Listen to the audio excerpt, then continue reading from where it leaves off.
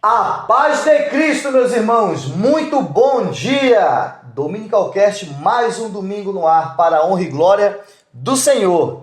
E hoje, com o pastor Eduardo Dias, que está nos dando o privilégio da sua presença e está adentrando na tua casa nesse momento, né? Domingo, 9 da manhã, estamos no ar. Pastor Eduardo Dias, muito obrigado, pastor, por você ter tirado um tempinho. Sabemos da correria do dia a dia, né, dos afazeres, e o pastor, né, com o seu ministério, tendo que cuidar de ovelha para cá e para ali, tirou esse tempo para dividir conosco nessa manhã de domingo. De repente, não sei o horário que você está vendo esse vídeo, não importa, o dia da semana.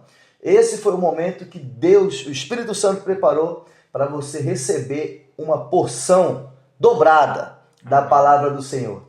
Amém? Dê um bom dia para esse povo, pastor Eduardo. Paz do Senhor a todos, um bom dia, muito honrado, muito feliz por estar aqui, poder compartilhar aquilo que Deus tem confiado a nós, e quero agradecer pela oportunidade de alcançar os irmãos na sua casa e todos aqueles que vão ser abençoados por essa mensagem. Glória a Deus! O pastor Eduardo Dias, que é pastor da comunidade Casa do Pai.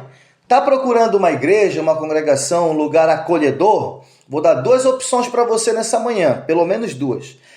A comunidade Casa do Pai fica em Lousada. Casa do Rei, desculpa. Em Lousada, aqui em Portugal. Deu o endereço certinho, pastor, para o povo? A Casa do Rei fica na Rua de Santo Antônio, número 6, Lousada, no centro de Lousada. Centro de Lousada. Nós vamos estar deixando também no link dos comentários o arroba, né, do Instagram ali da comunidade Casa do Rei no Instagram. Só jogar, já tem o endereço certinho. Os cultos lá hoje, domingo, que horas, pastor? Domingo pela manhã. Pela manhã? Às 10 da manhã e às quartas-feiras às 20 horas. Tá marcado. Também aqui em Portugal, né, próximo ali da Avenida da República, em Vila Nova de Gaia, temos a Igreja Omega Church, aqui em Portugal, no qual tive o prazer de conhecer o pastor Eduardo Dias ali, né? Foi uma bênção no culto passado, e você é nosso convidado hoje às 18 horas, Igreja Omega Church, aqui em Portugal. Amém? Pastor Eduardo Dias, como eu disse, 47 anos, e é um carioca, diretamente do Rio de Janeiro para Portugal e o mundo, né? Nessa manhã. Ele que é casado com a pastora Rose. Um forte abraço, pastora. E tem 2 filhos, é isso? Manda um abraço para os abençoados aí. 2 filhos. O Leonardo e a Caroline tem 12 anos e 24 anos. Diferença grande de idade. É verdade. Eles. E são uma bênção. Amém. Comunidade Casa do Rei, muito bem representada nesta manhã. Um forte abraço a todos os irmãos aí da comunidade Casa do Rei. Logo, logo quero conhecê-los pessoalmente, em nome de Jesus. E o tema de hoje, ele desperta muita curiosidade, pastor. Foi por isso que, quando o senhor falou assim, Micael, a gente poderia falar sobre isso, na hora eu digo, olha, é bênção. Porque além de despertar muita curiosidade, também traz muito medo. É verdade. Verdade. Apocalipse, né? O Apocalipse e seus mistérios. Eu confesso ao Senhor, quando eu era criança, quando eu estava lendo a Bíblia, estava em Mateus, ia Lucas e tal, ali Efésios, quando eu ia chegando ali Tiago, quando eu ia chegando no Apocalipse, eu já me dava medo. Eu digo, meu Deus do céu. Porque eu associava o Apocalipse ao quê? Ao fim do mundo, né? Ao fim dos tempos. Mas, fazendo assim um contexto, digamos, né? Um pouquinho sobre a palavra Apocalipse, para a gente já entrar no tema já, pastor. O que quer dizer essa palavra tão temida e tão falada nos dias atuais? Sim, o Apocalipse, na verdade, é um dos livros da Bíblia, né? E ele nada mais é do que a revelação de Jesus Cristo das coisas que estão para acontecer no fim dos tempos. Não significa o fim do mundo, né? Significa o fim dos tempos, como nós conhecemos. Significa, principalmente para nós que cremos na pessoa de Jesus, a volta de Jesus, a tão esperada volta de Jesus e o desfecho de uma história de amor de Deus.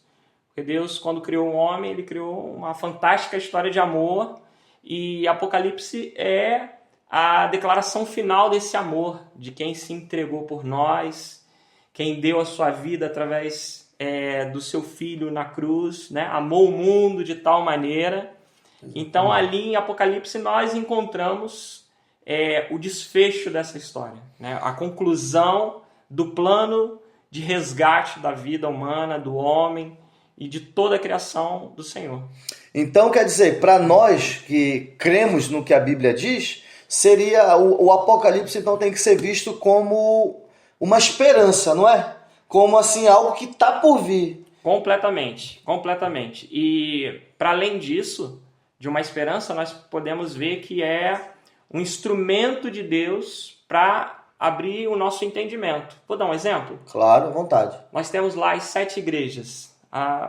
Segundo capítulo, terceiro capítulo, você tem as cartas às igrejas. Exatamente. Né?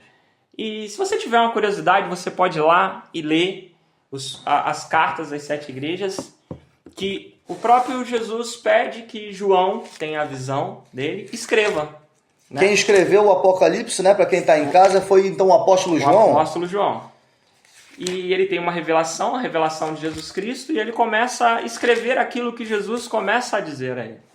E na revelação das cartas, algo interessante, que diz que para cada igreja, Jesus revela algo. E ele começa dizendo assim, olha, aquele que está dizendo é aquele que da sua boca sai uma espada de 2 gumes. E para outra igreja, ele se revela de uma outra maneira. Sim. Então, tem 7 cartas, e para cada igreja, para cada carta, Jesus se revela de uma maneira diferente. Por quê? Aí você vai se perguntar por que em Apocalipse, o início de cada carta, Jesus se revela de uma maneira diferente. Porque cada igreja só vai conhecer a totalidade da revelação de quem é Jesus se trocar as cartas umas com as outras. Precisa de comunhão. Olha que interessante. Há igrejas diferentes. Não, a minha igreja, a igreja que o Senhor confiou nas minhas mãos, pode ter uma cultura diferente da igreja que o Senhor colocou nas mãos, por exemplo, o pastor André, da Ômega.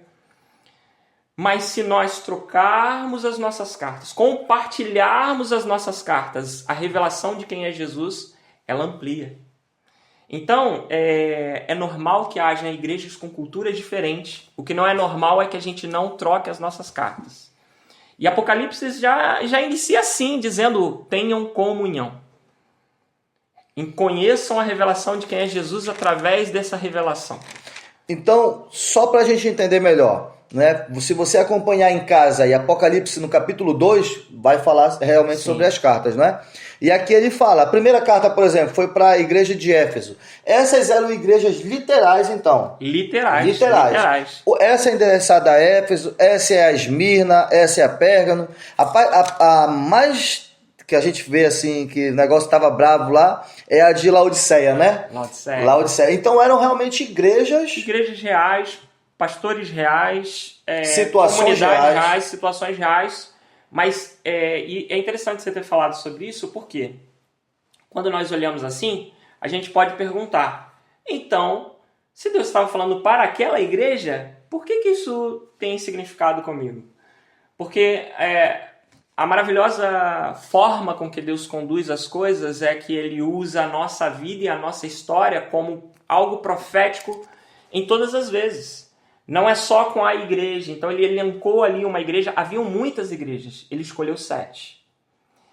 E destas 7 que ele escolheu, ele fez delas igrejas proféticas para a existência, para a humanidade. E assim ele faz hoje ainda.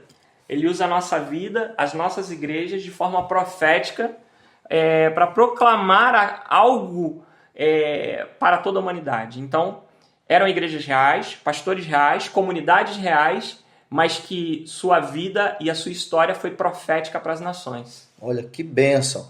Primeiro segredo aí, né, nesse sentido, porque essa questão de trocar as cartas que eu achei interessante que o senhor comentou, né? É como trocar experiências, não é? Olha, cuidado para não acontecer isso na tua igreja, porque na minha está acontecendo. E a sua? Interessante. Vamos continuar no tema já, pastor, mas antes eu gostaria de perguntar de você, né, desse pastor carioca, que há 10 anos aí está nesse ministério pastoral, né, que nós sabemos que é árduo, que não é fácil, né, posso imaginar isso. E esse carioca que há 47 anos está caminhando com o Papai do Céu, né, com o Senhor. Né? Para quem não sabe, tive a oportunidade de conversar com o pastor e ele me disse que desde bebezinho que ele bebeu dessa água, dessa fonte e nunca quis deixar, não é? Então são 47 anos professando a fé em Cristo, pastor. Quem é para você, pastor Eduardo Dias, representando aqui a comunidade Casa do Rei, Jesus Cristo de Nazaré? Vamos lá.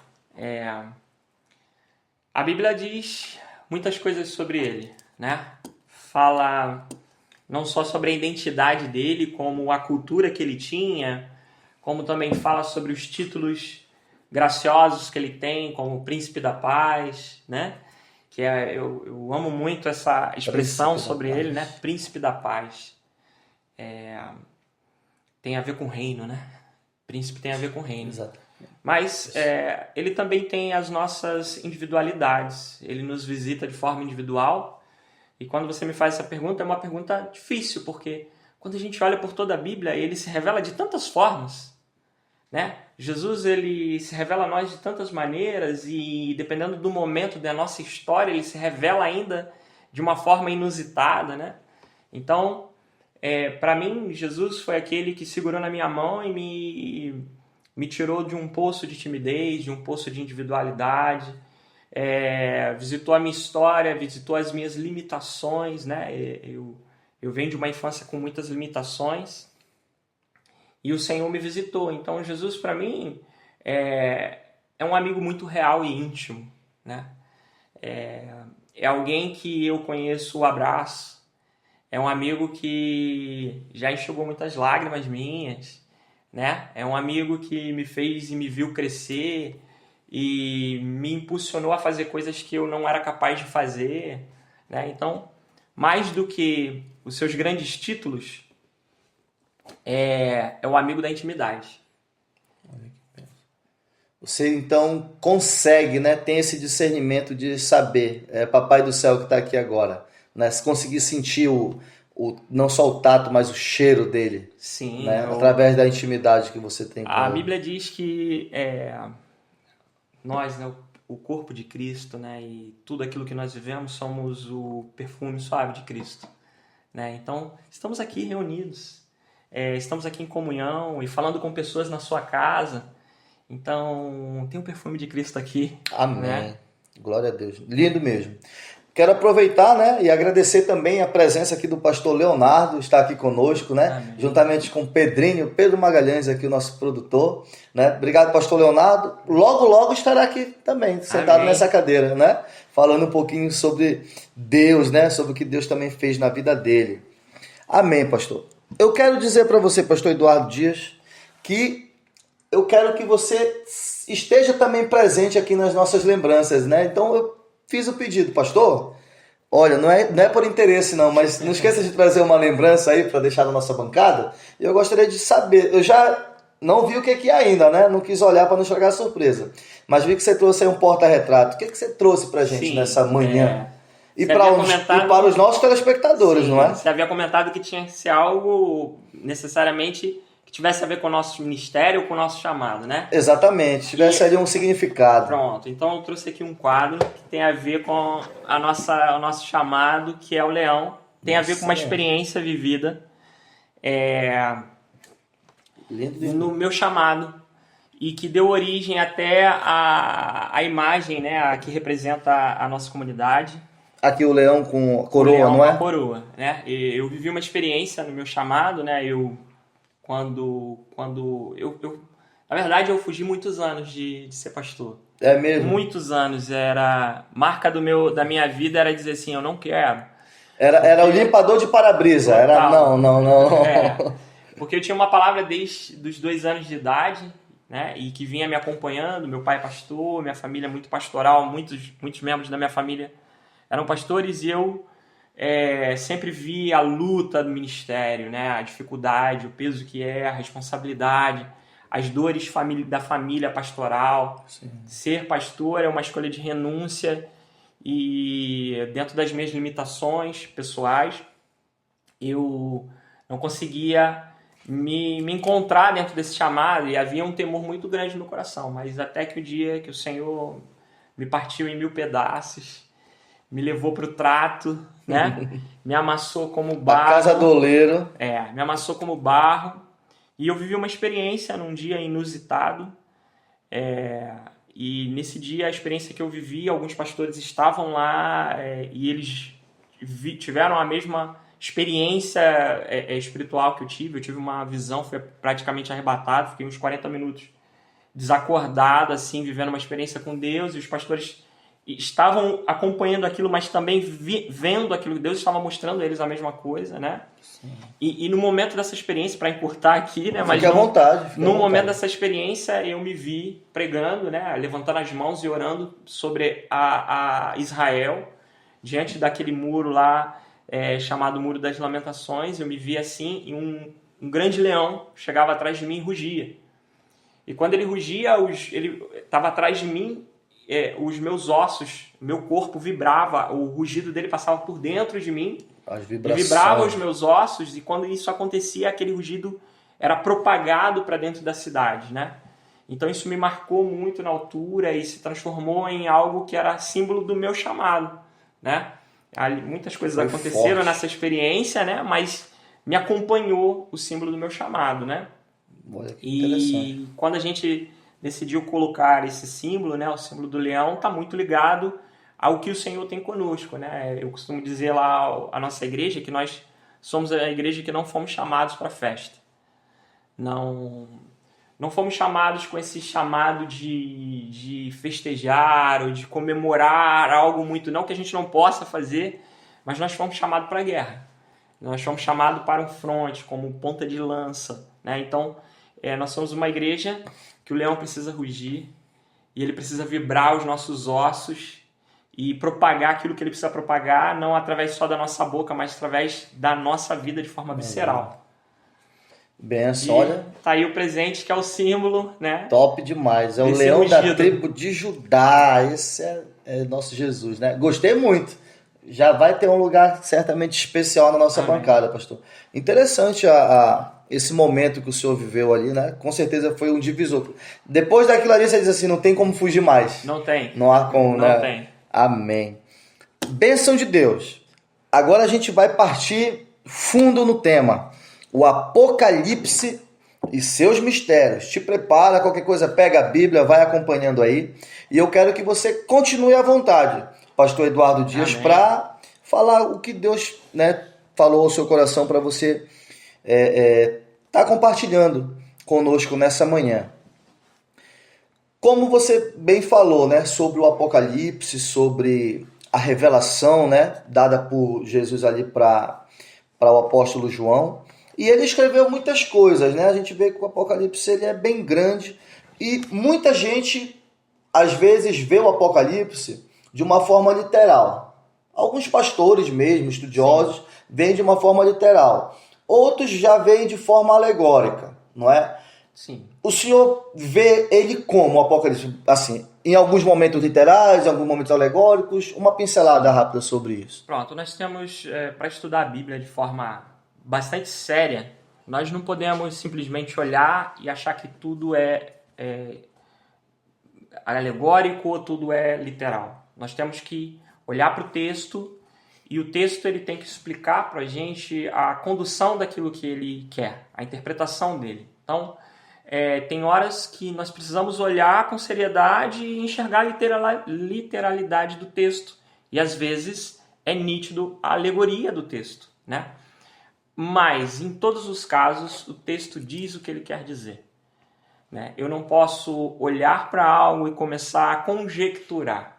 Então, eu tenho a tendência de ser mais literal no texto e, quando cabível, usar das alegorias. Tanto que, por exemplo, para estudar escatologia, ou seja, o estudo das coisas do fim, né? Nós usamos uma coisa chamada tipologia. O que é isso? O que é isso? Vamos lá.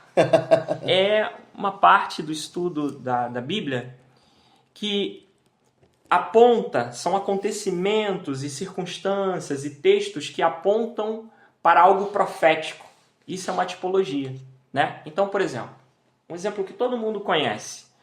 A gente fala que Jesus é o Cordeiro Santo de Deus que tira O pecado do mundo. João Batista, né? Por que nós falamos isso? Quando o povo de Israel saiu de dentro do Egito, antes um pouquinho Deus falou assim, sacrifica um cordeiro e coloca o sangue dele nos umbrais das portas, para que o anjo da morte, quando chegar, passe por cima. Né? Por isso o nome da Páscoa, Passover, né? Passar por cima. Por isso é o nome da festa da Páscoa. Né? Então, esse cordeiro, Deus mandou fazer uma festa. Você vai fazer a Páscoa, todos os anos. Foi aí que foi a instituição da Páscoa, né? Da Páscoa. Então, só que este cordeiro apontava profeticamente para quem? Jesus. Para o cordeiro que é perfeito. o sacrifício perfeito, o cordeiro perfeito. Então, isso é uma tipologia. Né? Algo na Bíblia que aponta para uma ação profética que vai ser concretizada em Jesus ou no plano de salvação do Senhor. Né? Posso fazer uma assim? Dar um exemplo, ver se o senhor concorda. Quando Abraão também ele foi sacrificar Isaac, né, ali no monte, ele também, no caso, ia sacrificar o filho, né, o próprio filho. Sim. E aí, após isso, o anjo não permitiu, e ele tinha já preparado ali, já tinha ali um animal, né, preso ali na mata que seja, e ele sacrificou. Aquele cordeiro também apontava para Cristo? Também apontava para Cristo. Também apontava para Cristo. Assim como o próprio filho, né? O Isaac. pai que vai sacrificar o seu próprio filho, Abraão e Isaac, é um símbolo, é uma tipologia do próprio Deus entregando o seu filho. Mas para você ver, né, pastor, como Deus ele realmente amou o mundo de tal maneira, porque ele poupou Isaac para Abraão, mas não poupou Jesus por nós, não é? Exatamente. Por nós ele entregou. Né? Então, isso são exemplos de tipologia. São exemplos de tipologia. Continue. Pronto. E Apocalipse, o livro de Apocalipse e todo o estudo, né, das coisas que apontam para o fim, o Apocalipse é um dos livros da Bíblia que apontam para o fim. Temos outros. No Antigo Testamento temos o livro de Daniel, que também é como se fosse o Apocalipse lá do Antigo Testamento. Né? Há muitos estudos, muitas tipologias que apontam para o Apocalipse. E eles revelam o significado daquele texto. Então, quando eu conheço essas tipologias, quando eu conheço, por exemplo, alguns profetas da Bíblia, quando eu conheço esses textos e estudo eles e vou ler Apocalipse, muita coisa que as pessoas acham que é alegórico não é tão alegórico assim. Ou é revelado com as tipologias dos demais textos. Por exemplo, a gente chama de aqueles eventos, aqueles acontecimentos de tribulação e grande tribulação. Né? Aqueles cataclismos que acontecem, as tormentas que acontecem ali com as nações. Né? Sim. Tribulação é uma palavra que vem de uma ferramenta que usa-se na colheita. Né? Uma ferramenta chamada tribulon. O que é um tribulon? É uma madeira com vários cravos enfincados, como se fossem pregos, que você passa nas espigas, ali na plantação que já foi colhida, para separar a casca do grão. Então, quando você esfrega... É um debulhador, digamos assim. Debulhador, isso é uma tribulação. É mesmo. Né? Então... quando você sabe disso, você está vendo que ele está usando uma linguagem de colheita. Eis que os campos estão brancos. Peça ao Senhor da Seara que envie ceifeiros. O que é um campo branco? É um campo pronto para colheita.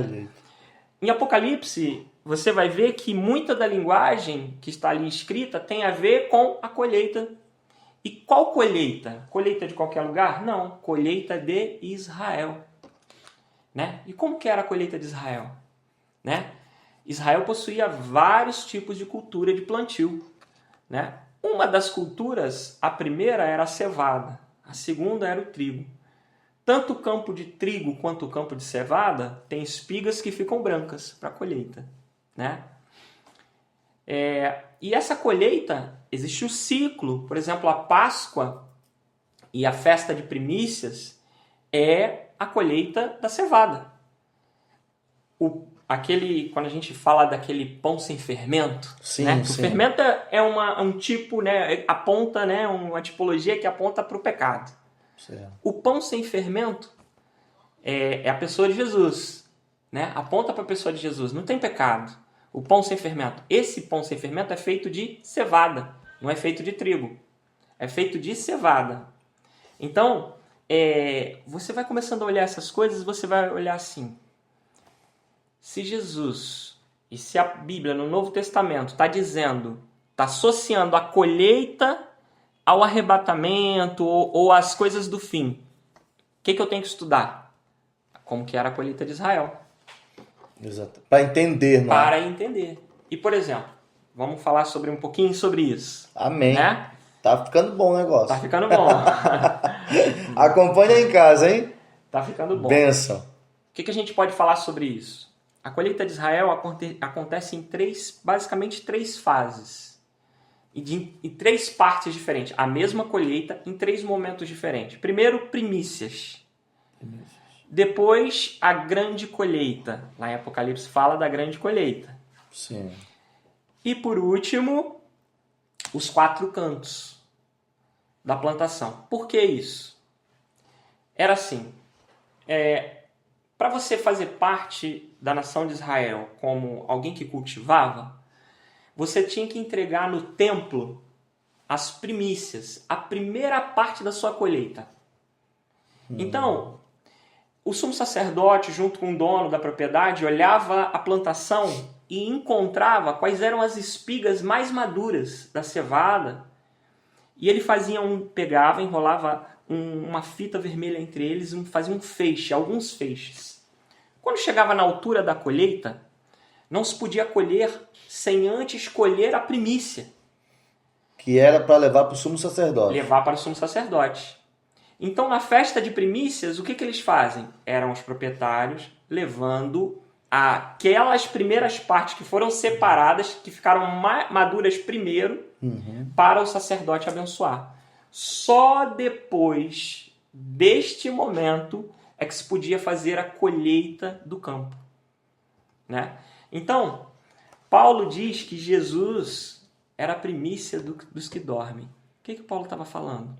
Se Jesus já ressuscitou, já foi aos céus, e com ele até ressuscitou um grupo de santos, como diz a Bíblia, a colheita já começou. As primícias já foram colhidas.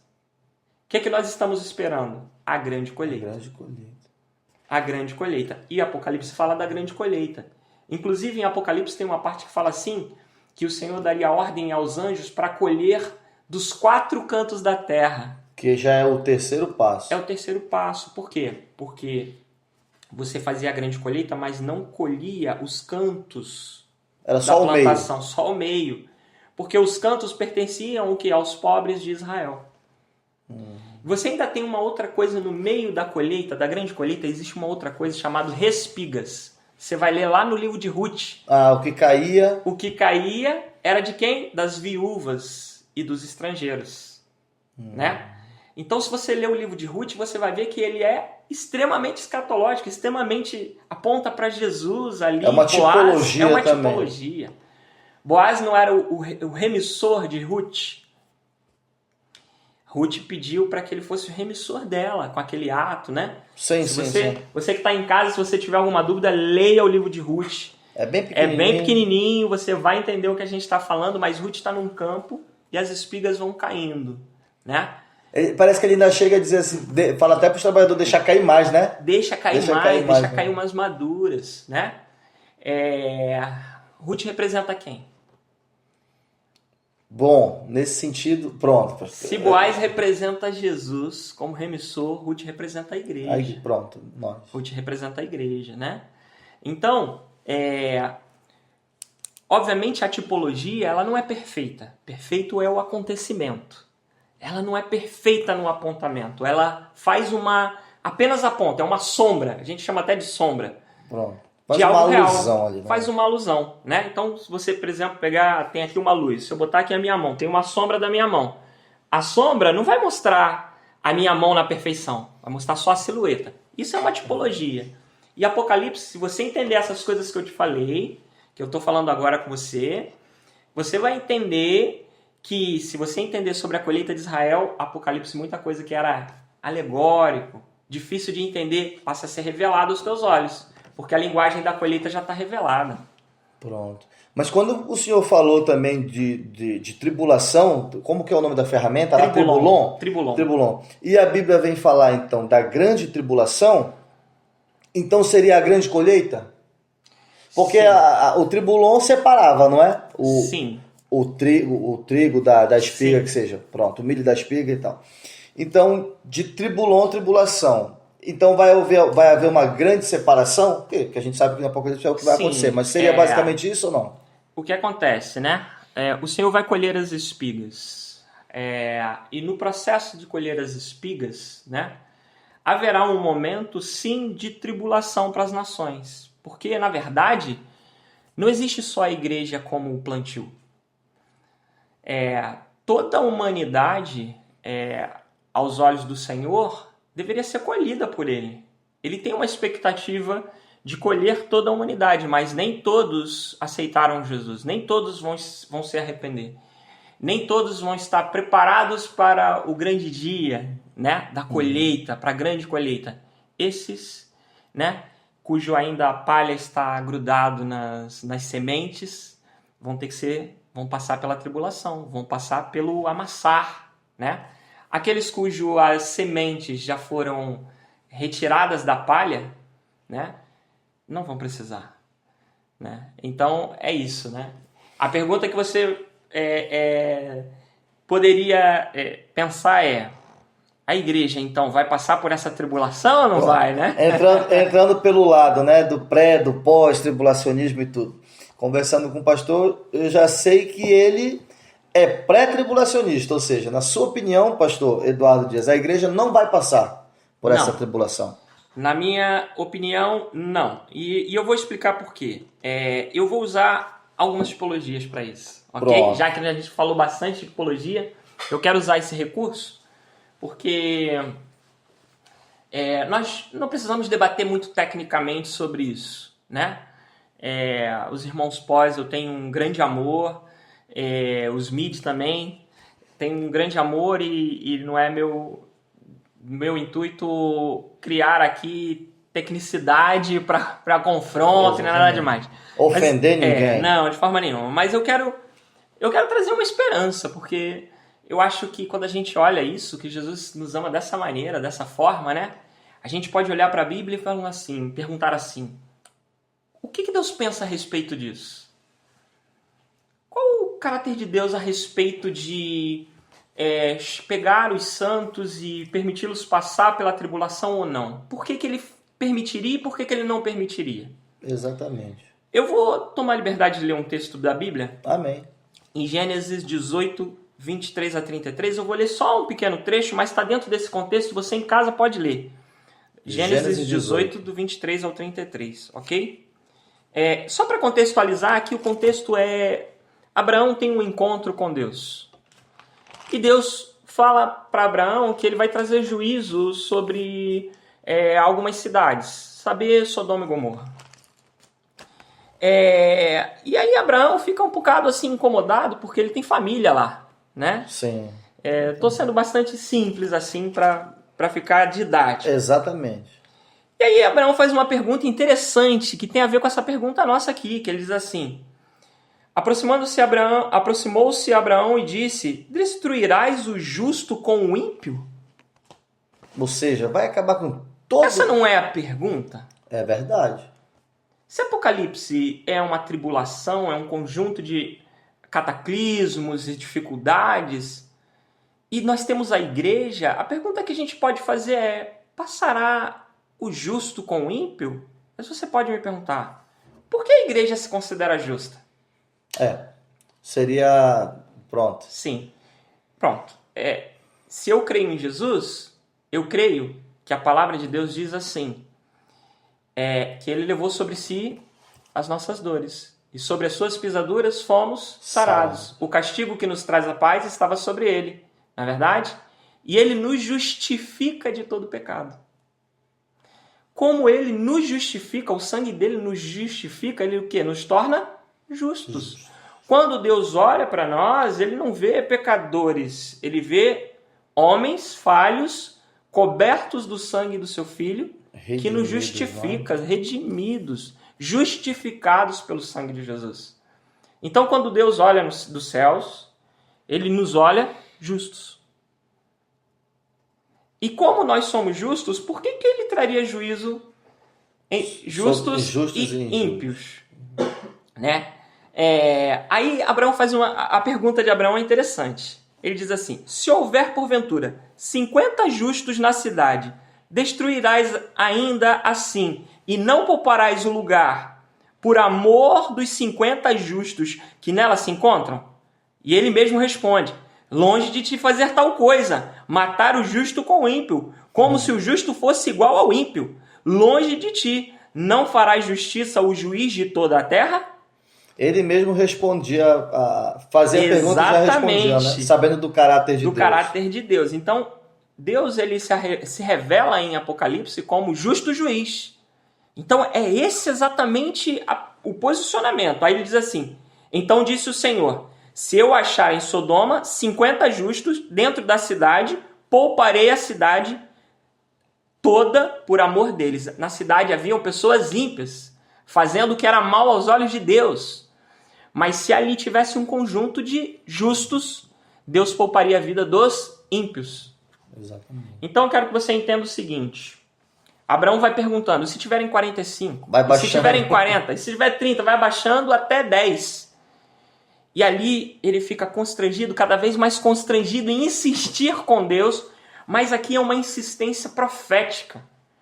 Porque insiste no posicionamento do caráter de Deus a respeito do que é justo aos olhos de Deus, de como ele traz juízo, de como ele julga e realiza o juízo. Eu não poderia ignorar isso de forma nenhuma, por alegoria nenhuma que eu pudesse encontrar. Porque aqui está um diálogo entre Abraão, o pai da fé, e o próprio Deus, dizendo que não faria. Então, veja, é o mesmo princípio. Deus vai trazer juízo sobre toda a terra em Apocalipse. Se ele vai fazer isso sobre toda a terra, ele vai manter os justos aqui, por quê? Pronto, eu creio em Deus que há mais de 50 justos nesse mundo, não é? Eu creio, mas ele vai tirar a sua igreja, e quando ele tirar os justos, o que sobra? Somente os ímpios, não é? É o mesmo princípio de Sodoma e Gomorra. Ele tirou o sobrinho de Abraão, e aí ele pôde trazer. Tanto que lá na passagem ele diz assim, se apressa, Ló. E é rápido. Ele arrastou praticamente, a família, para sair daquela cidade, porque Deus não poderia trazer juízo, a Bíblia diz isso, enquanto ele estivesse lá. E Deus tinha pressa. Olha, eu confesso ao Senhor que essa é a primeira vez que eu vejo essa tipologia. Pronto, apontando, né, pro Apocalipse. Vamos lá. A esse mesmo respeito? Sim. Deus decide terminar a terra com um dilúvio. Exatamente. E aí Deus olha e se arrepende de ter criado, é assim que a palavra diz, se arrependeu de ter criado a humanidade, e ele fica frustrado com aquela situação toda. Tô colocando de uma maneira simples, sim. Né? Sem tecnicidade, pra gente compreender. Mas ele olha e vê Noé, homem justo e bom. Aí o que ele faz? Providencia uma arca, coloca a família dele dentro, recolhe Noé sobre as águas enquanto toda a humanidade estava debaixo das águas. Toda a criação. Então Deus recolheu Noé. A arca é um símbolo da igreja. Veja bem, dentro da arca tem animais. Sim. Tem 40 dias de lugares úmidos, cheiro ruim, mofo, fezes de animal, urina. Desagradável. Mas lá fora é morte. Lá dentro é vida. Você que está na sua igreja, quero te dizer uma coisa. Às vezes você está olhando para dentro da tua igreja, está encontrando algumas coisas que não cheiram bem. Mas lá dentro é vida. Lá fora é morte. Exatamente. Mas está aí uma outra forma da gente ver que Deus não trouxe juízo entre justos e injustos, ímpios. É verdade. Faz todo sentido. Nesse caso, confesso ao Senhor que para mim faz mais sentido realmente na questão de Sodoma e Gomorra, né? Mas... vamos lá, para já que a gente tocou no assunto, né, do pré-tribulacionismo, então, na sua opinião, né, pastor Eduardo Dias, e mostrando, seriam 2 exemplos fortes aí, a igreja não vai passar por essa tribulação, né, pela grande tribulação. Só que nós temos visto, eu, pelo menos na minha cabeça, que os dias são maus. Ou seja, a cada dia que passa está mais próximo, literalmente, o momento do juízo final, não é? De continuar a se cumprir o Apocalipse, né? O momento que vai haver sim o arrebatamento, o momento que a trombeta vai soar e tudo. Mas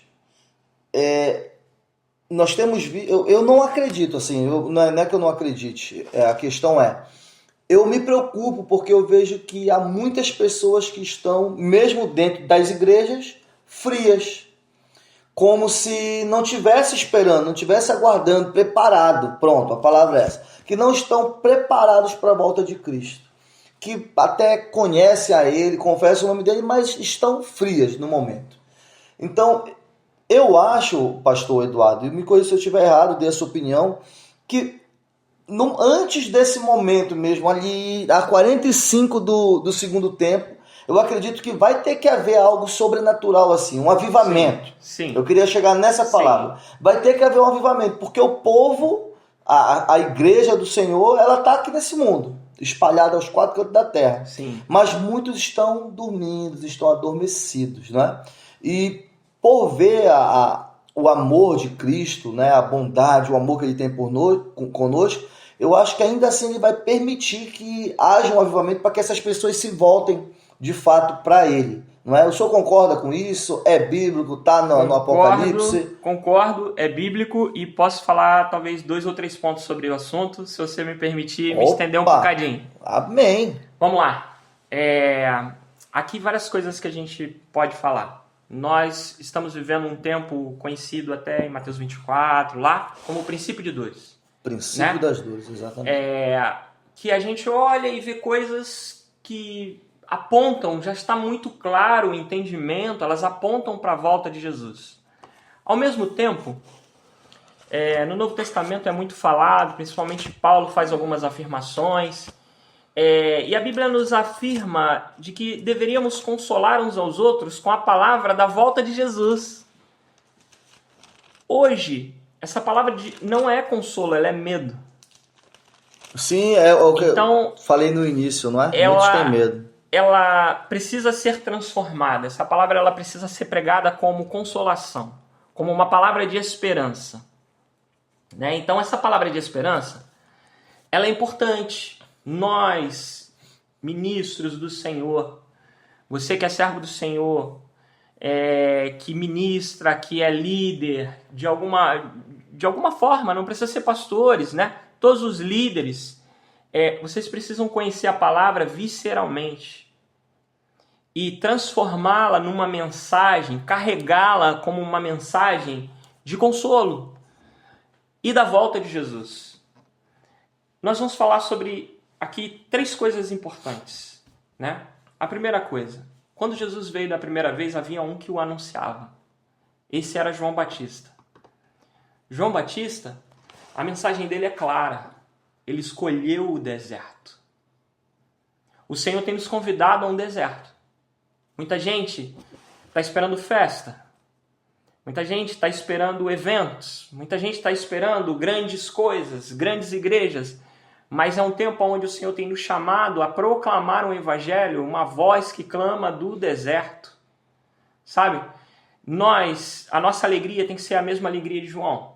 João perdeu todos os seus discípulos para Jesus. É verdade. Sabe? Eu falo muito para os membros da nossa igreja que é ótimo a gente crescer e ter muitos membros, mas na verdade eu quero ter a alegria de perder os discípulos para Jesus. Eu escolhi e eu tenho convidado aos irmãos da nossa igreja e eu convido a outros ministros a fazerem o mesmo. Percam a sua vida por amor a Cristo e os seus discípulos por amor a Jesus. Se essa não for a nossa mensagem, se a gente não carregar a simplicidade dessa mensagem, e não entender que nós não fomos chamados para um tempo de grande motivação, mas fomos chamados para um tempo de entrega da vida, nós não vamos anunciar essa mensagem de consolação. Porque nós seremos já consolados pelas nossas próprias capacidades. Seremos consolados pelas nossas riquezas, pelos nossos próprios eventos, e não seremos consolados por uma palavra que nós devemos carregar, sabe? Muito mais do que estolas sacerdotais e vestes de louvor, que nós queremos naquele grande dia, mas só naquele grande dia nós queremos carregar a roupa que incomoda no deserto, que é a veste do camelo, né? Que João carregava. Então, em primeiro lugar, esse é o ponto, né?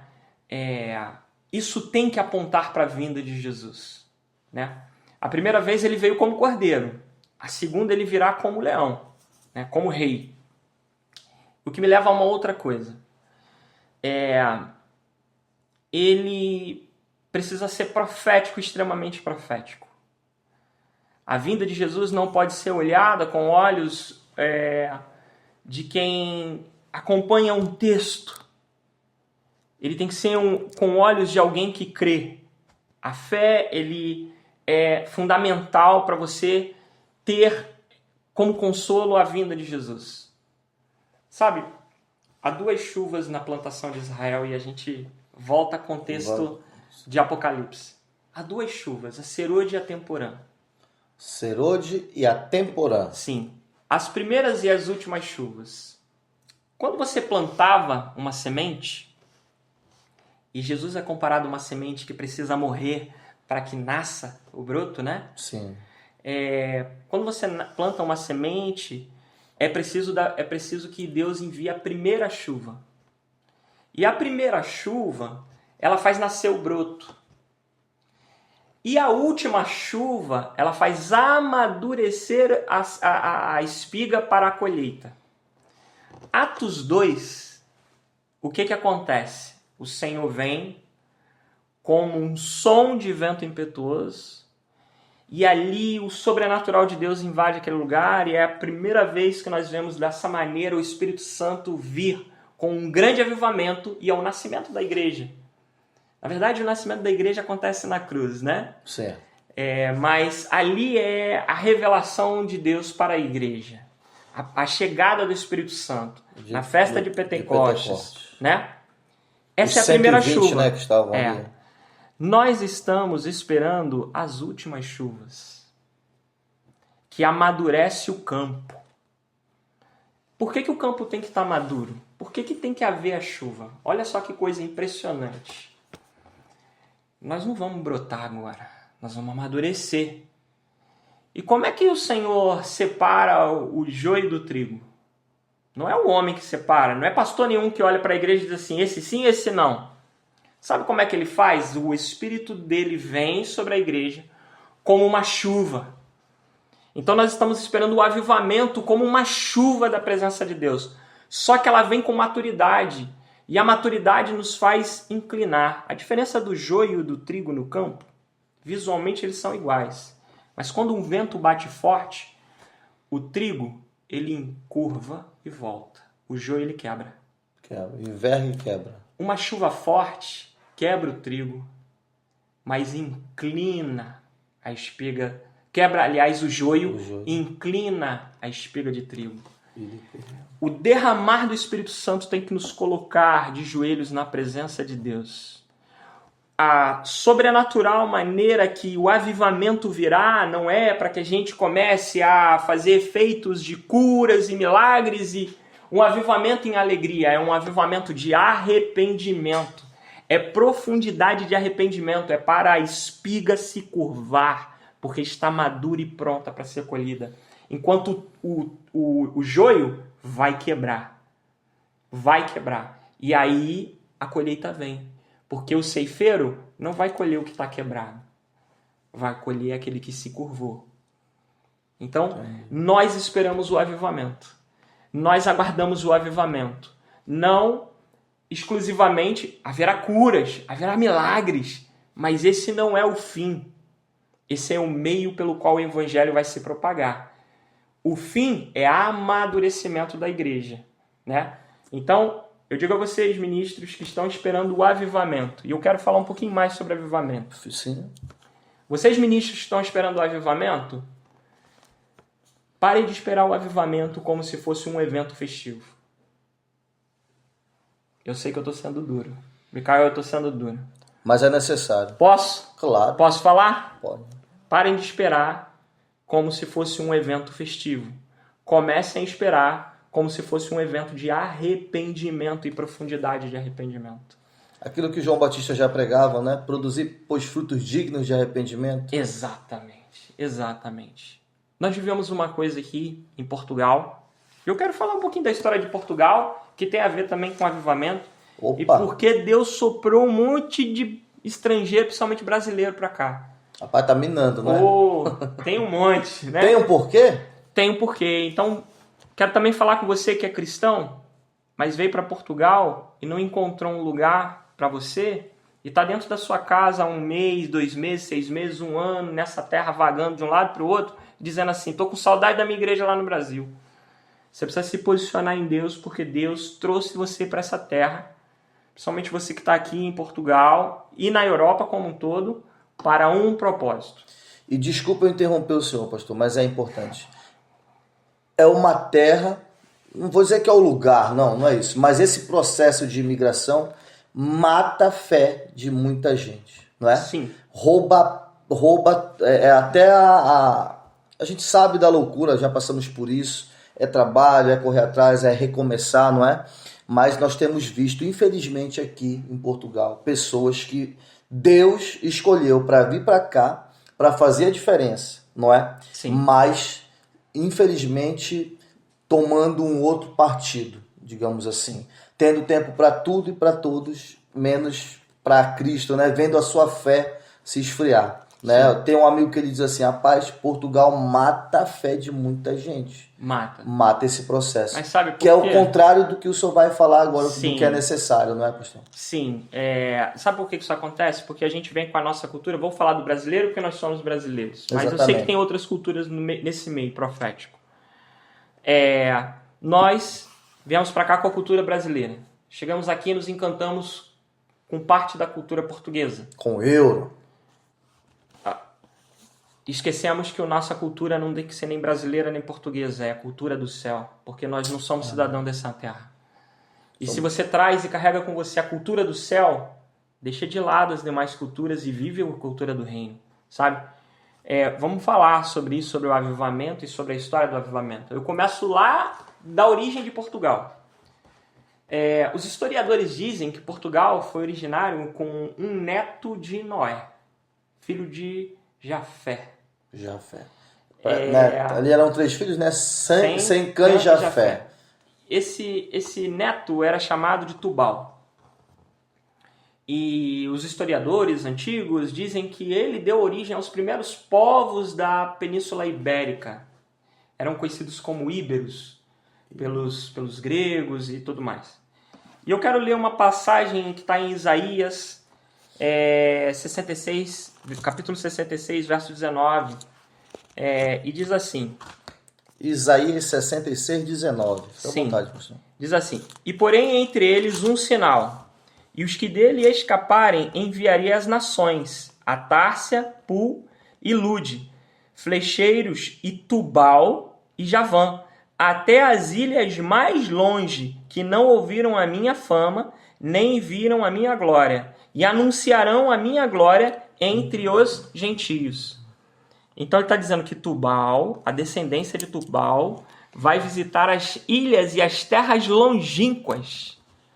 Em algumas traduções, e até no texto mais dentro do hebraico, você vai entender que ele está falando para além dos mares.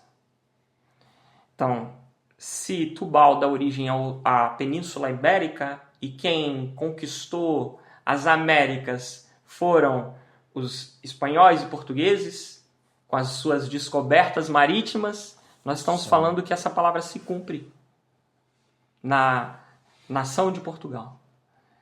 E ele vai e propaga e nós carregamos essa palavra até os dias de hoje como americanos, como os brasileiros, né?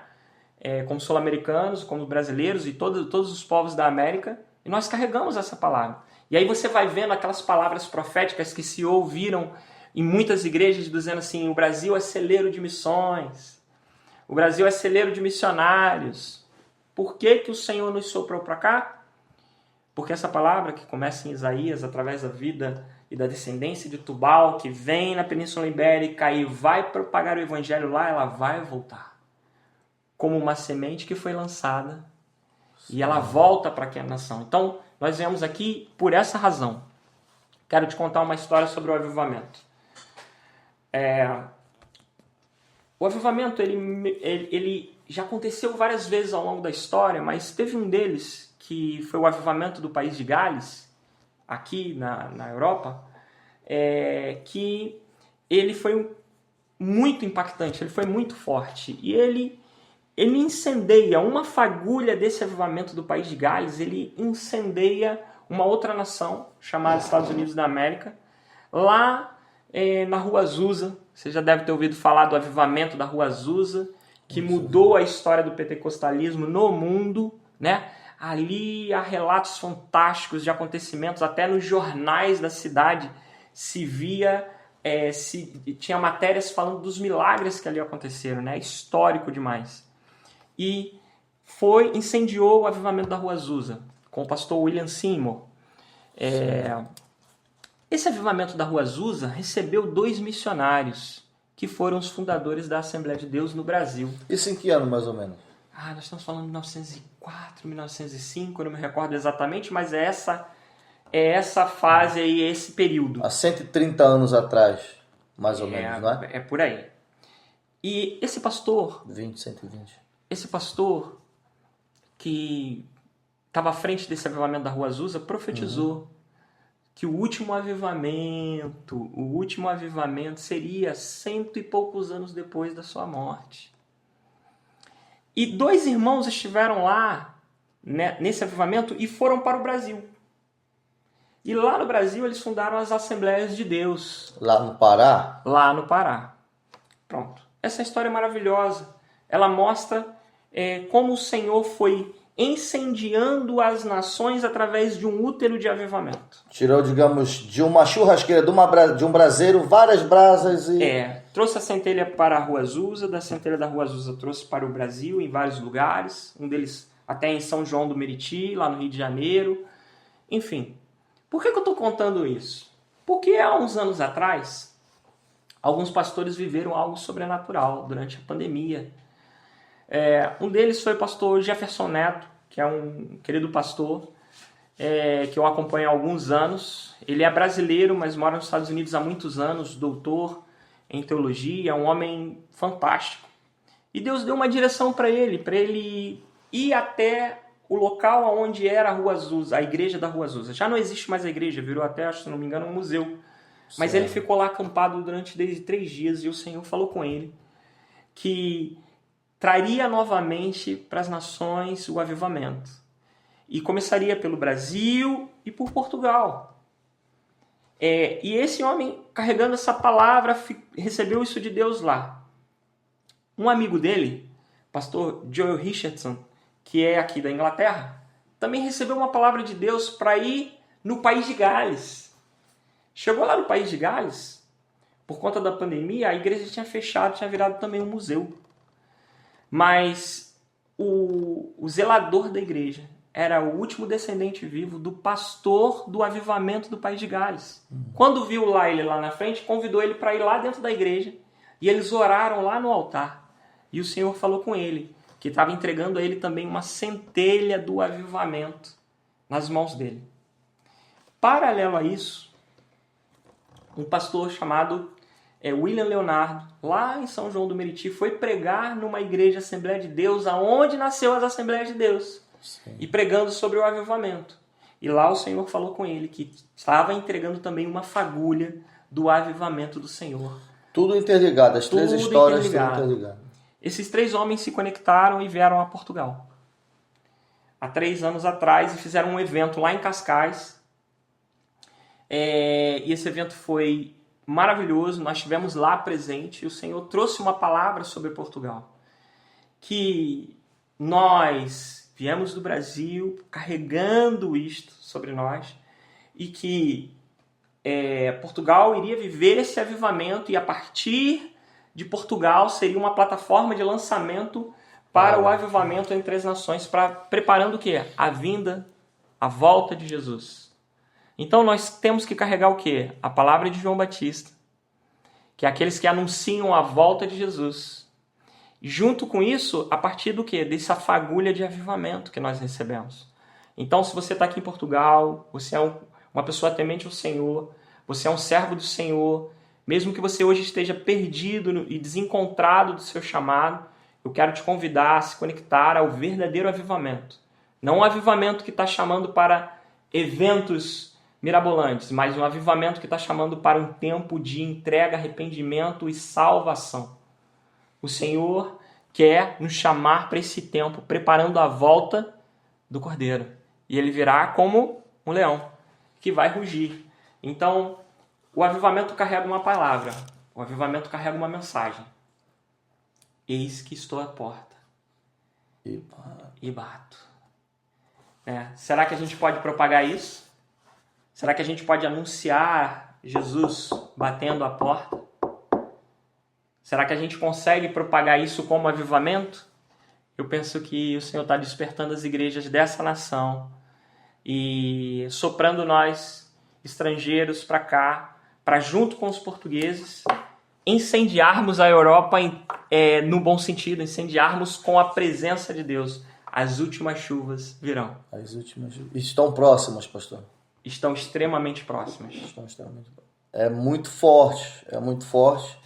E uma coisa para nós, né, que cremos na Bíblia, na veracidade dos fatos, nós sabemos que é só uma questão de tempo, realmente, né?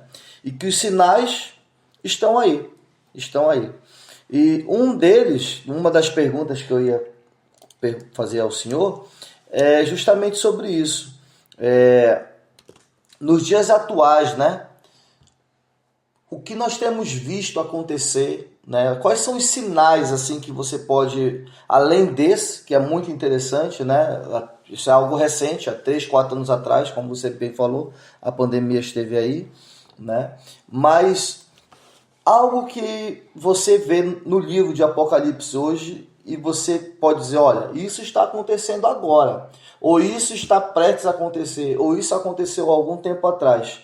Você tem alguns sinais, assim, alguns eventos que estão ocorrendo que você está dizendo, olha, Micael, isso aqui já foi revelado ao apóstolo João no passado e está acontecendo. Está na atualidade, ou seja, não há o que negar, exatamente. Sim, antigamente, há 20 anos atrás, 30 anos atrás, se lia o livro de Daniel e de Apocalipse e dizia assim, não dá para entender muita coisa porque há muita coisa que não faz sentido. Com o passar dos anos, muita coisa passou a fazer sentido. Eu vou dar um exemplo antes de falar sobre alguns acontecimentos que a gente pode dizer que são de agora, né? Sim. Por exemplo, quando a gente olhava dizendo assim que o anticristo daria forma e vida à imagem, né, da besta, aquela coisa toda assim, como é isso? Hoje em dia, quando a gente olha a tecnologia, inteligência artificial, né, você, por exemplo, olha uma entrevista que o Elon Musk deu, né, todo mundo acha que a maioria conhece o Elon Musk, é o dono das grandes empresas da atualidade, né, dono do Twitter, Braço direito agora do Trump. Donald Trump, é dono da SpaceX, que vai ao espaço, é dono da Tesla, os carros elétricos autônomos e tudo mais, né? Parece até filme de ficção científica a vida dessa pessoa, né? Exatamente. Mas ele diz, quando perguntaram a ele sobre inteligência artificial, ele diz que é como invocação de demônios. Quando você olha um homem desse dizer isso, não é uma pessoa cristã e nem espiritualizada do ponto de vista religião, você se intriga. né? Não estou dizendo que as inteligências artificiais são demoníacas, nem nada disso, mas você vê que há ali uma expectativa por trás disso. Há um entendimento estranho por trás disso, né? Então, como isso poderia ser usado nos dias de hoje, né? Como essa tecnologia poderia ser usada nos tempos de hoje para trazer direcionamento. Sabe que tem muita gente se aconselhando e se relacionando como se fosse uma pessoa real? Há jovens que estão se apaixonando por inteligência artificial. Outro dia eu li uma notícia que um adolescente se matou porque se apaixonou por uma inteligência artificial. Eu vi essa reportagem mesmo. O quanto o inimigo tem usado essa estratégia, né? E atenção, eu trabalho com tecnologia, não sou avesso à tecnologia, eu sou programador, sei desenvolver algumas coisas de inteligência artificial, não tenho nada contra as tecnologias, mas a gente tem que ter essa sabedoria, né? A gente tem que ter essa visão. E isso dá forma a muita coisa que a gente lê em Apocalipse. Isso dá formato, isso dá significado. Você hoje olha e você vai, há caminhos para que isso aconteça. Agora, ou seja, nesses 10 anos para cá já está fazendo sentido. Já está fazendo sentido. Agora, podemos falar sobre algumas coisas da atualidade. Vamos falar sobre... Eu não quero me aprofundar muito nesse tema, porque não sou um especialista em geopolítica, nem guerras, nem sou historiador e nem nada do gênero. Sou apenas alguém que estuda para poder entender a palavra de Deus e tudo mais. Né? Mas nós vemos, por exemplo, esses acontecimentos que estão acontecendo da guerra em Israel. Né? Guerra com as facções terroristas, né? Hezbollah, Hamas, Líbano, Síria, a faixa de Gaza, o Iêmen ao sul, o Hezbollah atacando pelo norte, aquela coisa louca que aconteceu no dia 7 de outubro de 2023, que é a invasão daquele grupo terrorista que faz aquela atrocidade. A palavra de Deus diz que Jerusalém é um cálice de tontear nações. Né? Você olha para Israel e os conflitos, parece que todas as nações voltam os olhos para aquela nação. Né? É um barril de pólvoras. Né? Então nós vemos todos esses apontamentos acontecendo diante dos nossos olhos. E a gente se pergunta, será que isso que está acontecendo lá tem na Bíblia? Será que tem profecias que apontam para aquele acontecimento? Exatamente. Donald Trump falou uma coisa recentemente, acho que tem uma semana ou duas atrás. Ele teve com o Benjamin Netanyahu, que é o primeiro-ministro de Israel, e ele fala o seguinte: nós vamos tomar conta de Gaza e nós vamos evacuar toda a faixa de Gaza e os Estados Unidos vai tomar conta de Gaza. A gente para e pensa... Eu vi essa notícia mesmo, dizendo assim, vamos mandar os palestinos para outro lugar. Sim. Não é? Do ponto de vista técnico, geopolítico, é impensável. Há uma quantidade de problemas envolvendo isso entre nações absurda. Então, a gente pode encontrar isso lá em Zacarias, capítulo 9, do verso 5 a 8. Eu posso ler aqui algum trechinho? Diz assim... É um texto mais complexo, mas eu vou destacar só alguns pontos. A sentença pronunciada pelo Senhor é contra a terra de Hadraque e repousa sobre Damasco. Porque o Senhor põe os olhos sobre os homens e sobre todas as tribos de Israel. Também repousa sobre Ramate, que confia com ele sobre Tiro, e Sidom, cuja sabedoria é grande.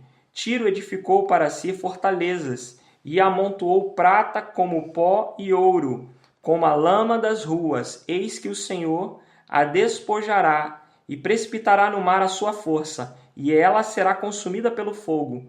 Asquelon verá e temerá. Também Gaza terá grande dor. Igualmente Ecrom, porque as suas esperanças será iludida.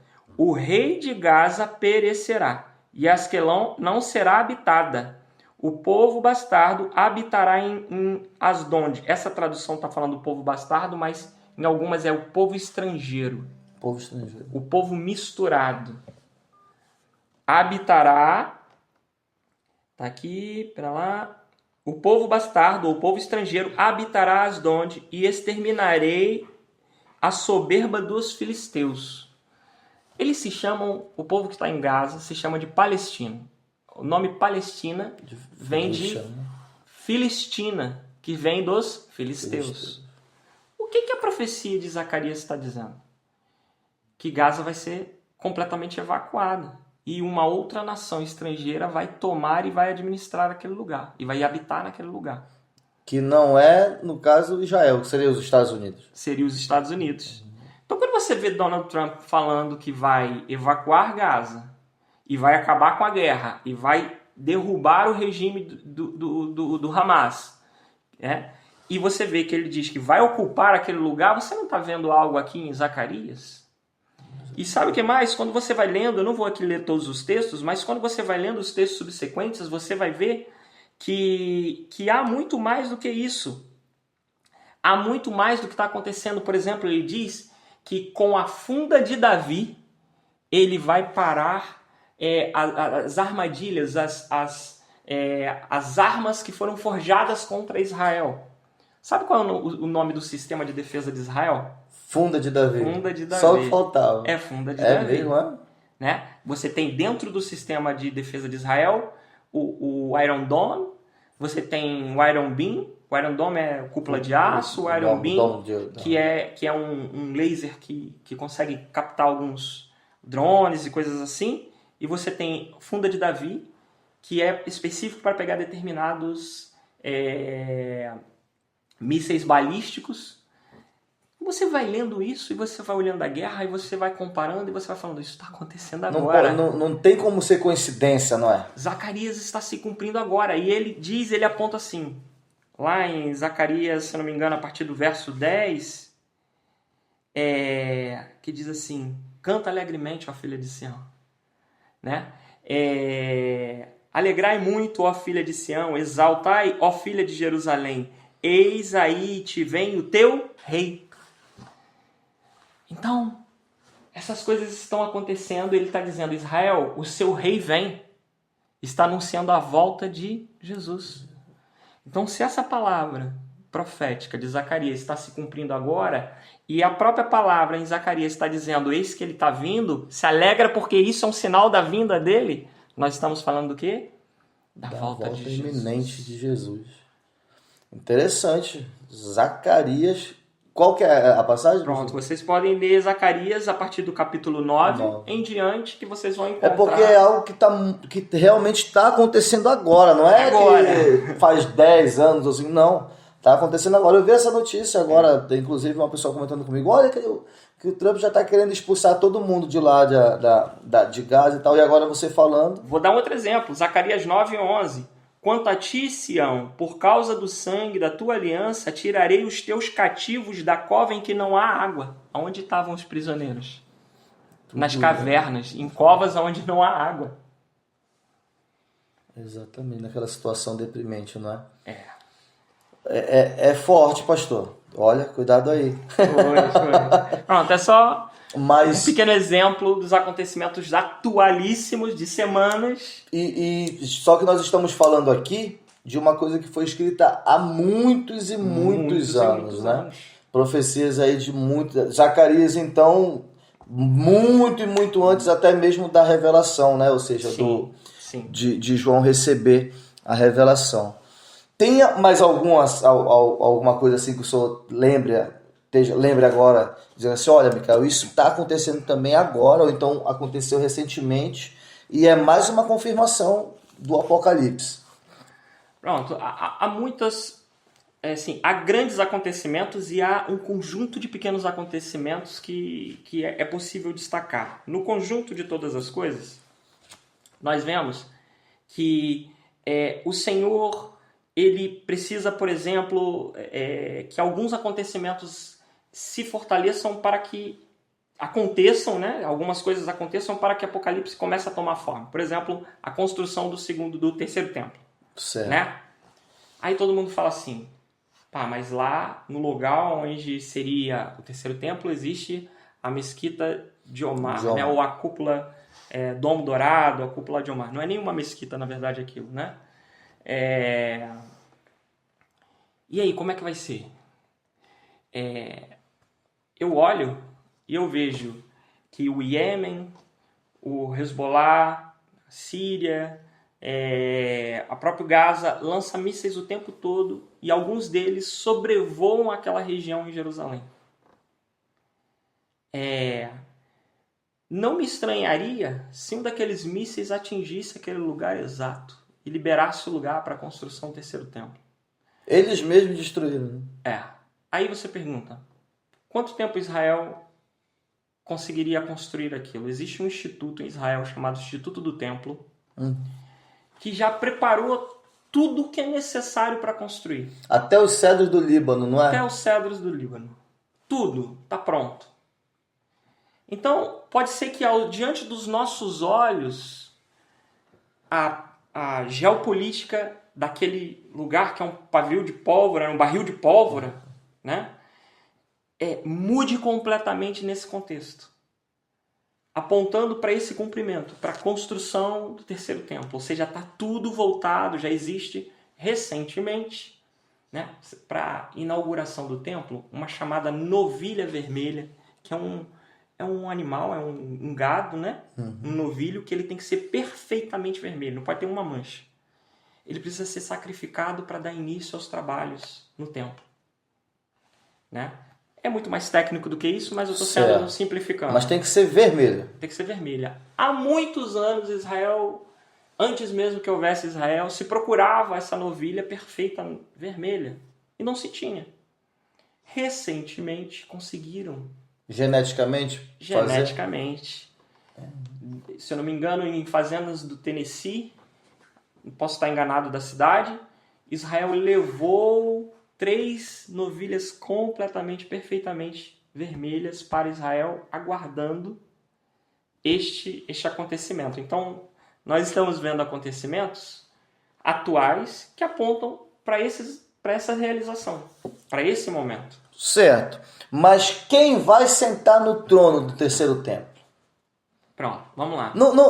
Peraí, não vamos falar da personalidade da pessoa, mas quem vai sentar no trono é o anticristo. Pronto. A pergunta é, há um trono? Se a gente for olhar o tabernáculo de Moisés, o que havia era a arca no Santo dos Santos. E ela é o lugar onde Deus habitava, né? habitava. Ali era a representação do trono celeste. Sim. Não era o que Satanás queria fazer? Subir ao mais altos céus e erguer um trono? Ser semelhante a Deus? Exatamente. Quem tem esse desejo de sentar num trono, no Santo dos Santos, é ele. Então, se olharmos assim, quem vai construir o terceiro templo, no final das contas, para sentar no trono? Quem quer que esse terceiro trono... Quem que almeja por isso? Quem quer que esse lugar importantíssimo seja reconstruído e que haja um trono para que ele sente? Satanás, não é? Então, é cumprimento de palavra, é um lugar santo e sagrado que devemos honrar e respeitar, porque ele representa algo dos céus e precisamos ter respeito, né, por esse lugar. Para nós, Jesus, ele aponta para Jesus, né? Jesus é, para nós, né, a representação plena e a plenitude desse tempo. Mas, na verdade, aquilo é a arca. Na verdade, o trono que ele quer sentar é esse lugar, no lugar de Deus, né? Então, ele vai fazer isso na pessoa do anticristo, né? Sim. De uma personalidade, digamos assim, que o senhor não ousaria dar um nome? Não. Eu posso dizer uma coisa. Anticristo, a gente pensa uma pessoa contrária a Cristo, e na verdade não é. Aquele que é semelhante, não é? O anticristo que quer ser igual. Exatamente. Então, vamos nos assemelhar, né? É alguém que vai convencer pessoas, né? Vai ter ali uma postura, uma identidade que vai convencer, se possível, enganar até Os escolhidos, né? Hein, pastor? Eu até ouvi uma vez um pastor falando sobre isso, há um tempo atrás, que ele vai ser ferido, não é? Que ele vai ser ferido, ou seja, vai ser dado como morto e vai, depois de 3 dias, ressuscitar também para imitar a Cristo, não é? Sim. Existe... Vou entrar nesse assunto superficialmente, ok? Ok. Existe uma profecia, até dentro do Alcorão, se não estou em erro, islâmica, de uma personalidade chamada Al-Mahdi. Al-Mahdi é a personificação que para nós seria para eles o Salvador ou o Libertador, para nós é a figura do Anticristo, né? E ele diz que junto ao Al-Mahdi haveria uma figura que é o nosso, que eles dizem que é o nosso Jesus, que é o nosso Cristo, chamado Isa, né? Por que eu estou falando disso, né?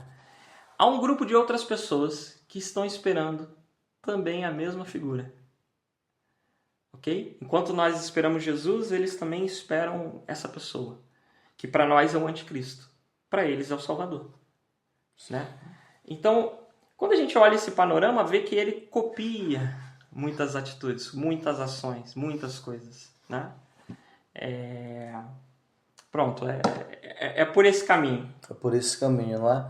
Olha, mas assim, meu amigo, pastor Eduardo Dias, muito interessante, né? O nosso bate-papo, muito gostoso, a gente nem vê a hora passar, né? Tenho certeza que você que está em casa também está gostando. Mas eu não posso deixar que a gente termine sem falar sobre algo interessantíssimo que nós conversamos aqui em off, que é sobre as 7 festas. Eu gostaria que você falasse um pouquinho sobre isso. Existem, né, para você entender, juntamente comigo, existem então na Bíblia, digamos assim, 7 festas. E na visão do pastor Eduardo Dias, essas 7 festas, elas vão ocorrer, não é? Vão ocorrer, digamos assim, na figura de Jesus Cristo.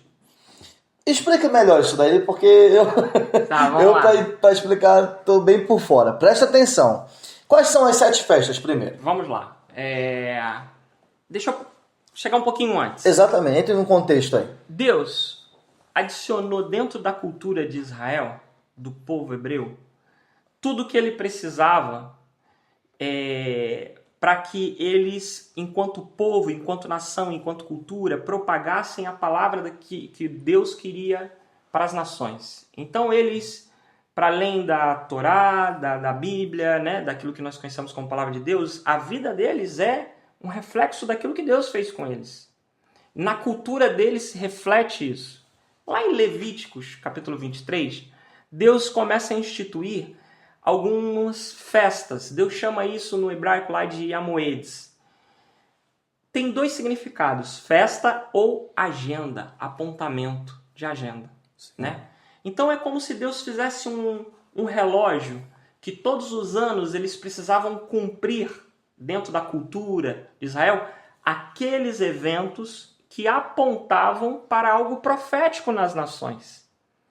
Então, por exemplo, a primeira festa, Páscoa. Então temos Páscoa, pães asmos, primícias, Pentecoste, trombeta, expiação e festa de cabanas. Interessante que a gente falou praticamente sobre as 4 primeiras aí, né? Sim. Falamos da Páscoa, falamos pronto. Sim. E acontece que essas festas apontam para um acontecimento profético que muda a humanidade. Das 7 festas que Deus instituiu, e depois você pode ir lá consultar Levítico 23 e começar a entender sobre essas festas, 4 delas já se cumpriram. Como assim? Por exemplo, a Páscoa era, acho que chegamos a falar aqui, o Cordeiro Pascal, quando Deus tirou o povo de Israel de dentro do Egito, falou, olha, antes deles saírem do Egito, né, sacrifica um cordeiro, pega, coloca o sangue dele nos umbrais da porta. A 10ª praga, né? Sim. Que foi enviada. Para que o anjo da morte não entre. Então, depois disso, Deus instituiu a Páscoa. Todos os anos eles precisavam comemorar aquele dia para lembrar do que Deus fez. Então, todos os anos eles sacrificaram um cordeiro pascal.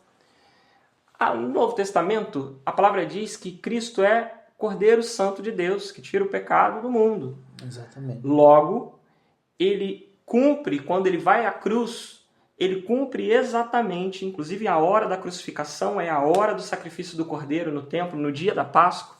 Isso que eu achei interessante que o senhor falou, 3 horas da tarde, mais ou menos? 3 horas da tarde. Ele cumpre exatamente na hora, minuto e segundo, profeticamente, aquele acontecimento. Então, a nossa Páscoa é Cristo. Pronto. Né? A nossa Páscoa não é coelho, atenção. A nossa Páscoa é Cristo. Coelho nem ovo bota. Exatamente. E na festa de Pães Asmos, vamos para a segunda. Ele está dentro do sepulcro.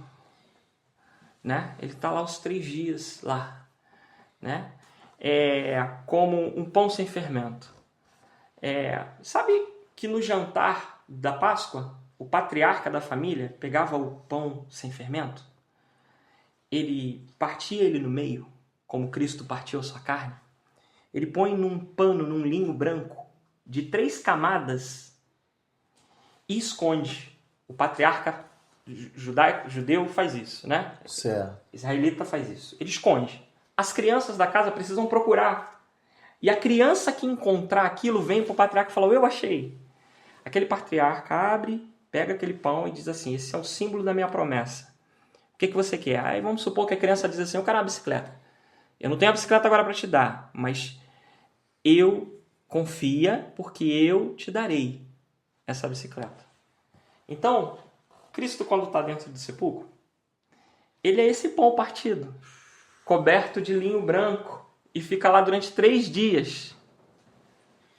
Então, tudo isso é profético. Toda a cultura de Israel é profética e tudo nessas festas apontam para a primeira e para a segunda vinda de Jesus. Primícias. No Novo Testamento fala que Cristo é o primogênito dos mortos. A primícia, as primícias. Né? Então, a primícia, como nós já falamos aqui da colheita, né? Aquele primeiro feixe, eram as primícias, a festa de primícias. A primeira colheita. Jesus, quando ressuscitou, ele é a primícia do arrebatamento. Ele é a primícia da entrega da colheita. Cumpriu mais uma. Aí ele fala assim para os discípulos, vai para Jerusalém, espera até que do alto lhe venha, né? E aí, o que acontece? Eles vão para Jerusalém quando chega o Pentecoste. Por isso que é chamada festa de Pentecostes. Que literalmente estava acontecendo. Sabe o que é essa festa? É a colheita, é a primícia da colheita do trigo. A primeira colheita da Páscoa é cevada, a segunda é trigo. É do trigo. Então, em Pentecostes, o Espírito Santo vem. Jesus cumpre a 4ª, com a palavra dele sendo cumprida com a vinda do Espírito Santo sobre aqueles homens naquele dia, sobre a igreja naquele dia, né? Então, 4 se cumpriram no dia, na hora, no minuto e segundo exatos.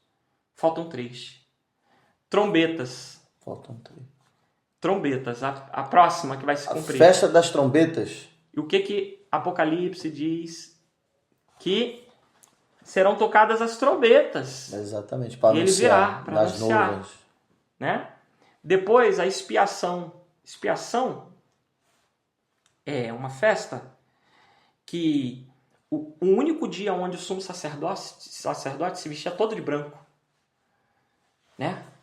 Uma vez por ano. Uma vez por ano só ele poderia entrar no Santo dos Santos, no lugar onde ficava a arca, com o sangue, e aspergia o sangue na tampa da arca, chamada tampa do propiciatório. Né? Para expiar os pecados, para que a nação fosse perdoada de seus pecados. Em Apocalipse você vai ver que Jesus entra dessa forma. Agora, quer ver uma coisa interessante? Muito fantástica? Jesus, quando acaba de ressuscitar, Maria vai encontrar com ele. E o que ele fala para ela? Não me toca. Não, estou pronto, ainda não subi aos céus, ainda não estou pronto, ainda não estou preparado. Por quê? Porque o sumo sacerdote, antes de entrar no Santo do Santo, ele não pode ser tocado. Tem que estar puro. Ele está vestido de branco. Nossa. Como sumo sacerdote. Então ele ia se apresentar, não é? Diante do Pai. Diante do Pai. Olha só que forte. Ele ressuscita e como sumo sacerdote ele vai aos céus, vai entrar no tabernáculo santo dos céus. Né? E ele vai diante do Pai fazer para a expiar a ação dos pecados. Então, é por isso que eu sempre trago gente mais inteligente que eu aqui. Para a gente aprender junto. Só Jesus. E essa é a expiação. Essa é a expiação. E a última? a última é tabernáculos ou cabanas, né? Na cultura judaica, eles habitam em tendas do lado de fora, saem das suas casas, fazem tendas do lado de fora, nos quintais, nas ruas e tudo mais, e eles vão passar alguns dias ali, né? Tem até uma passagem interessante que Jesus vai e leva alguns discípulos ao monte e ali aparece Elias e Moisés, não é isso? E quando aparecem, ele se revela como um Cristo eterno para eles, assim, sabe? Uma figura maravilhosa, e os discípulos ali ficam maravilhados com aquilo. Ele fala assim, não, peraí, vamos fazer umas cabanas aqui e vamos habitar, porque era festa de cabanas naquele tempo. Então era da cultura deles, né? Então, quando a nova Jerusalém descer, como está lá no fim de Apocalipse, né? Descerá do céu a nova Jerusalém, né? E de lá ele governará as nações com cetro de ferro, né? Ou seja, com autoridade, né? E nos fará reis e sacerdotes, né? E aí muita gente não entende isso, que embora quando a gente vai passar um tempo no céu, né? Vai ser arrebatado, se a pessoa faleceu antes, vai para o céu, vai ser arrebatado, sim, mas a igreja volta e desce com ele. E aí lá no final de Apocalipse diz assim, vi um novo céu e uma nova terra, e o mar já não existe mais, né? E aí ele vai descrevendo uma nova criação. Então, Apocalipse termina como Gênesis começa. É forte demais. Sabe? Então, essa nova Jerusalém desce e é a última festa, é o cumprimento da última festa. Ou seja, pastor Eduardo, faltam essas 3 festas se cumprir e elas estão muito próximas, sim, ao seu ver, né? E do acontecimento da trombeta. Primeira que fala, da trombeta até a outra são 7 anos. Que são os 7 anos descritos em Apocalipse. Olha só, né? É forte demais. Então, pastor Eduardo, eu gostaria que o senhor deixasse, né, uma última mensagem a quem está nos acompanhando até agora, que talvez está se sentindo muito sujo, né? Ele olha assim, entendeu muito bem as vestimentas de Jesus e viu também a vestimenta desse sacerdote, que era muito limpo, né, algo muito perfeito. E, infelizmente, às vezes nós nos sentimos sujos, né? E, como é que eu posso dizer a palavra correta? Nós somos incapazes ou nós nos sentimos... Fugiu a palavra agora. Mas a gente se sente indisposto, não. Mas indignos. Pronto, essa é a palavra. A gente se sente indigno de chegar a esse Jesus Cristo, né? Vendo tudo que ele fez, se entregou, né? Ali cumpriu a palavra, tem cumprido a sua parte, né? Pagou um alto preço, né? Deus, ele não poupou, né? Assim como ele poupou a vida de Isaac, não poupou a vida do seu filho Jesus por nós. Mas o senhor há de convir comigo que isso às vezes dá um nó na cabeça, né? Do ser humano, dizer assim, não, eu não mereço, eu sei que Jesus ele fez isso, eu até creio, eu sei que ele morreu por mim, mas eu me acho muito indigno. Mas tem jeito para essa pessoa, pastor? O que o senhor acha? Ou até aquele mesmo que de uma forma ou de outra entende essa palavra, mas não consegue, não tem força para se entregar, não é? O que o senhor daria, assim, deixaria de mensagem a essa pessoa nessa manhã? Pronto, eu diria que Jesus é especialista em nascer em lugares sujos como uma estrebaria. Nossa. Porque ele nasceu num lugar de animais, de sujeira, e nasceu o rei. Não mudou, o fato do lugar não mudou nada. O ambiente não faz Jesus, Jesus muda os ambientes. Então, o seu coração pode estar sujo, a sua alma pode estar completamente tomada de ervas e angústias e tristeza, e aonde ele entra, os ambientes mudam. Ele é simplesmente o perfeito que torna o imperfeito perfeição, né? Então, quando ele entra, a depressão tem que dar espaço. Quando ele tem o trono da nossa vida, do nosso coração, nenhum de nós, por mais inteligente ou capaz que seja, ou muito tendencioso a ser muito perfeito em tudo que faz, nenhum de nós tem em nós mesmos a cura para o pecado, sabe? Somente Ele tem a solução dos erros, dos pecados, das angústias de alma. Então, não queira ser você a perfeição, queira ser Cristo na sua vida a perfeição. Permita que Ele entre, visite e Ele vai fazer uma obra. Quando a gente dá espaço, né? A palavra diz que eis que estou à porta e bato, aquele que abrir, entrarei e cearei com ele. Sabe de uma coisa? Eu sei que Jesus não bebe em copos sujos. Eu sei que quando Ele entra, se os seus copos estiverem sujos, Ele lava. Lava os copos, lava os pés também, né? Pés fala de santidade, né? Então Ele vai lavar tua alma, tudo que é necessário, vai avançar para as suas angústias de alma, vai mudar histórias. A palavra de Deus diz que onde abundou o pecado, superabundou a graça. Então, quanto mais sujo você possa se sentir, ou viver, ou estar, pode ter certeza que o teu testemunho vai ser maior e mais impactante na presença de Jesus. Maior vai ser a obra, não é? Maior vai ser a obra. Vinde a Ele, né? Mateus 11, 28. Vinde a Ele, vinde a mim, vós que estáis cansados e sobrecarregados, né? Jesus, Ele não vai te julgar não, meu amado. Não pense que você vindo para Ele vai te julgar, vai jogar coisa na tua cara, não é? Pelo contrário, Ele quer te salvar, Ele quer te libertar, quer tirar esse fardo pesado que você tem carregado. E esse é o nosso intuito aqui, todos os domingos, 9 da manhã, de trazer uma palavra para você de esperança, né? Uma palavra de revelação. Se você não entendeu nada, bênção. Mas se você entendeu esses últimos 3 minutos aqui com o pastor Eduardo Dias, tá ótimo. Vinde a Cristo.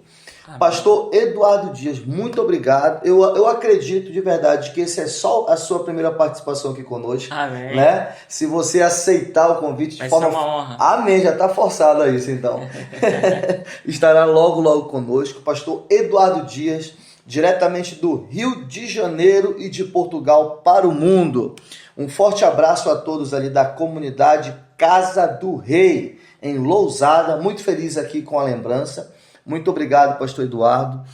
E que Deus o abençoe grande e poderosamente. Amém? Essa palavra, então, essa revelação trazida ali pelo apóstolo João, né? Através de Jesus Cristo, para você que está esperando esse momento, assim como a Igreja Santa do Senhor, é algo, como eu disse no início, é realmente uma esperança de que o nosso Jesus ele está voltando, né? Ele está à porta. Sim. E bate. Então, eu achei muito bom esse tempo com o Senhor aqui, porque traz realmente a esperança, porque a gente tem visto muita coisa ruim nesse mundo, né, pastor? Mas é necessário, né, para que se cumpra, né? Para que se cumpra a palavra ali. Jesus chega a dizer, né, que esse é só o princípio das dores, né?